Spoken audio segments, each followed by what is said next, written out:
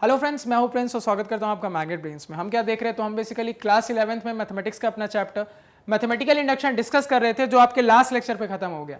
ठीक है, हमने टाइप 1, टाइप 2, टाइप 3 डिस्कस किया और पूरी अच्छी वैरायटी डिस्कस की। और उसमें भी हमने देखा कि बहुत सारी पढ़ी हुई चीजें और कुछ नई चीजें हमने यहाँ पे सीखी जो हमें आगे काम आने वाली है। अब यहाँ पे क्या है कि कितनी भी अच्छी चीजों को पढ़ लो, अगर आप प्रैक्टिस नहीं करोगे तो प्रॉब्लम होगी।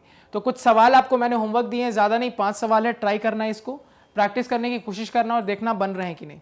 सवाल आपके लिए पढ़ देता हूं, नोट कर लो। पहला सवाल, एक सीरीज है जो पर्टिकुलर चीज के बराबर है, ये आपको मैथमेटिकल इंडक्शन से प्रूफ करना है। सीरीज क्या है? tan inverse 1 divided by 1 plus 1 plus 1 का स्क्वायर डिनोमिनेटर में, फिर से plus tan inverse 1 divided by 1 plus 2 का स्क्वायर डिनोमिनेटर में। ऐसे करके सीरीज चलती जा रही है और इसका nth टर्म क्या है?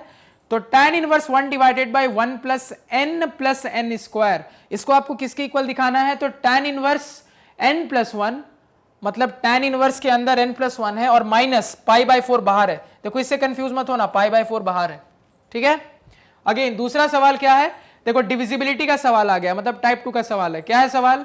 7 की पावर 2n प्लस 2 की पावर 3n माइनस 3 इंटू 3 की पावर n प्लस 1। देखो इंटू 3 की पावर n माइनस 1, ये बीच में मल्टीप्लाई का साइन है। ठीक है, ये पूरे टर्म क्या है?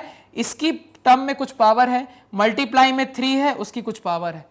इज डिविजिबल बाई 25, ये आपको मैथमेटिकल इंडक्शन से प्रूफ करना है। थर्ड क्वेश्चन देखो, n की पावर 7 है, ये n की power 7 minus n is a multiple of 7। Again type 2 का सवाल। यहां पे थोड़ा हिंट दे देता हूं कि यहां पे आप क्या करना, पूरा एक्सपैंड करके डिवाइड करने की कोशिश करना, वरना प्रॉब्लम होगी। पूरा एक्सपैंड करके यहां पे आपको डिवाइड करने की जरूरत पड़ सकती है।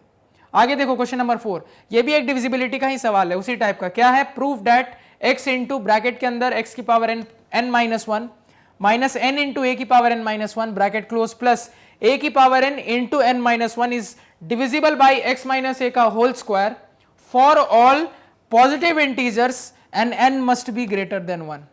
सवाल क्लियर है, सेल्फ एक्सप्लेनेटरी है, आपके पास डिविडेंड है। ठीक है, आपको चेक करना है कि ये इससे डिविजिबल होगा नहीं। कंडीशन क्या है? कंडीशन ये है कि आपका जो n है 1 से बड़ा होना चाहिए और वो हमेशा एक पॉजिटिव इंटीजर होगा। अगला लास्ट सवाल, टाइप 3 का फाइनली सवाल है, 2 की पावर n से बड़ी होनी चाहिए, कब? अगर n ग्रेटर देन 1 है। जहां पे एक और चीज आपको बोली गई है कि n belongs to natural number. तो ये 5 सवाल आप ट्राई करोगे, क्लियर है? अब देखो यहां पे ये 5 सवाल आप बिल्कुल कोशिश करना बन रहे हैं कि नहीं, बनने चाहिए, क्योंकि इससे काफी टफ सवाल हम ऑलरेडी बना चुके हैं, तो उसके सामने ये काफी कंपैरेटिवली इजी सवाल है। ठीक है, अब देखो यहां पे, अब हम नेक्स्ट क्या करने वाले उसके बारे में थोड़ा सा डिस्कस कर लेते हैं। तो हम नेक्स्ट क्या करेंगे, तो नेक्स्ट जैसा कि आप लोगों ने कहा था, जैसा आप लोगों की डिमांड थी, लिमिट पे हम जाएंगे।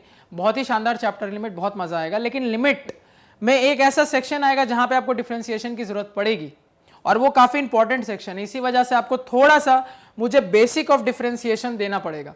तो उसके लिए क्या करेंगे, मंडे को 2, ज्यादा नहीं, आप मान के चलो 2 दिन, यानी कि Monday Tuesday basic of differentiation का लेक्चर होगा और वो भी बहुत इंपॉर्टेंट लेक्चर होगा। क्यों?